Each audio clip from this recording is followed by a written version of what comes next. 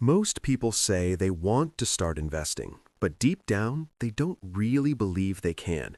They tell themselves they need more money, more knowledge, more time, or the perfect moment. They imagine that one day, in the future, something will change, and then they will finally take control of their finances. But that moment never comes, not because they are unlucky, but because they are waiting for external conditions to change instead of changing their internal behavior. The idea that you need money to start investing feels logical, but it hides a much deeper truth. What actually stops people is not their bank account, it's their relationship with risk, responsibility, and uncertainty. Investing forces you to face the fact that your future depends on your decisions, not on your salary, not on your boss, and not on luck. And for most people, that level of responsibility is uncomfortable. Humans are wired to avoid loss more than they seek gain. Psychologically, losing $50 feels more painful than gaining 100 feels pleasurable. That's why people prefer to keep money sitting still, even when inflation slowly erodes its value. Doing nothing feels safer than making a decision that could go wrong. The brain interprets inaction as protection, even when in reality, inaction is the biggest risk of all. This is why so many people stay in the consumer mindset. A consumer uses money to feel something now: comfort, status, distraction, relief. An investor uses money to create something later: stability, freedom, options, time. The difference is not income, it's identity. You don't become an investor when you get rich. You get rich when you start thinking like an investor. Most people are trapped in what feels like a waiting room. They tell themselves that once they earn more, they will save. Once they save, they will invest. Once they invest, they will feel secure. But in reality, their lifestyle always expands to match their income. The extra money disappears into better food, better devices, better subscriptions, better distractions. The future is always postponed. What they are really afraid of is not losing money. They are afraid of looking stupid, afraid of making a wrong decision, afraid of starting small, afraid of realizing they waited too long, afraid of discovering that no one is coming to save them. Investing removes excuses. Once you start, even with $10, you can no longer say the problem is external. The problem becomes internal. Starting with zero feels impossible because zero is not a financial problem, it's an emotional one. Zero means there is no safety net. Zero means every decision feels heavy. Zero means you can't hide behind comfort. When you start from nothing, every mistake feels personal. That's why people prefer to stay passive. As long as they never start, they never have to face the possibility of failing. Social media makes this even worse. You constantly see people showing perfect portfolios, massive profits, and unrealistic success stories. Your brain compares your invisible beginning to someone else's highlight. You feel behind before you even begin. And when you feel behind, you procrastinate. Not because you are lazy, but because starting would confirm your fear of not being good enough.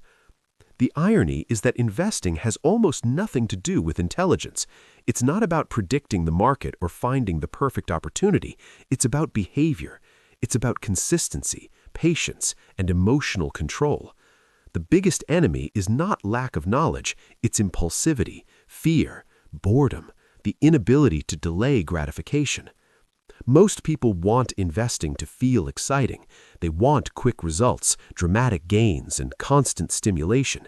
But real investing is boring. It's repetitive. It's slow. And that's exactly why it works. The brain associates boredom with meaninglessness, but boredom is actually a sign of long-term systems working in the background. The real starting point is not opening an account. It's awareness.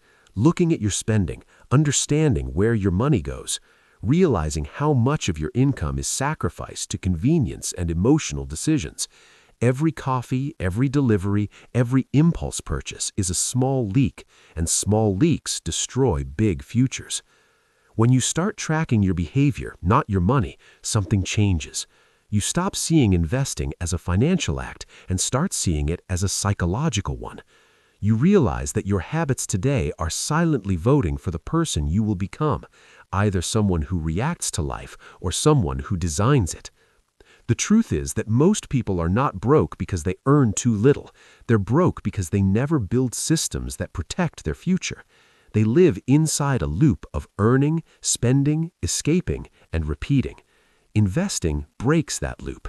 It forces you to think long-term in a world addicted to instant reward. And that's why starting feels so uncomfortable, because it goes against everything your environment trains you to do. Scroll instead of plan, consume instead of build, react instead of decide. The world rewards speed and stimulation. Investing rewards patience and silence. When you finally start, even with a tiny amount, something shifts internally. You begin to see money differently, not as something to get rid of, but as something to deploy, not as a tool for pleasure, but as a tool for leverage. You stop asking how to spend and start asking how to allocate. And slowly your identity changes. You become more intentional, more aware, more selective. You stop needing constant entertainment. You stop chasing trends. You stop comparing yourself to people you don't even know, because now you have your own trajectory. The real reason starting feels impossible is because it requires you to grow up financially, to stop being a passenger in your own life and become the driver, to accept uncertainty instead of avoiding it, to understand that no one will manage your future for you. You don't start investing when you feel ready. You start when you get tired of repeating the same financial story every year. The moment you choose long-term clarity over short-term comfort, investing becomes inevitable. And once you take that first step, even if it's small, even if it's imperfect, you realize something powerful. The hardest part was never the money. It was the decision. If you're still here, it means this video touched something real inside you. Not just curiosity, not just entertainment, but that uncomfortable feeling that tells you your financial life could be different, and deep down, you already know it. Most people spend years waiting for the perfect moment to start. They wait for more money, more confidence, more clarity, more certainty. But the truth is, certainty never comes before action. It only comes after. You don't feel ready and then start. You start and then you slowly become ready. Right now, you have two options, even if you don't realize it. You can close this video and go back to the exact same routine, the same habits, the same spending patterns, the same excuses, and 1 year from now, your financial situation will probably look exactly the same. Or you can take one small action today that shifts the direction of your future, even if it feels insignificant. The biggest mistake people make is thinking change has to be dramatic, that it needs to feel powerful, intense, or life-altering. In reality, real transformation is quiet. It's boring. It's invisible. It's choosing to pay attention when you usually escape. It's choosing to save when you usually spend. It's choosing to learn when you usually scroll. You don't need to open 10 accounts, buy risky assets, or become obsessed with charts. You just need to start seeing money as a tool instead of a reward. A tool for freedom, not for comfort. A tool for options, not for distraction. So here's your real challenge. Not to become rich, not to change your life overnight, just to become aware. Track your spending for the next 7 days. Every dollar, every purchase. No judgment, no guilt, just honesty. Because awareness creates friction, and friction creates change. Once you see your patterns, you'll understand why your future feels delayed.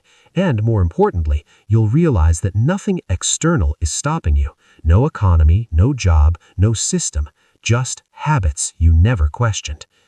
If you want to keep exploring this side of money, the psychological side, the behavioral side, the side that actually determines outcomes, then subscribe to this channel.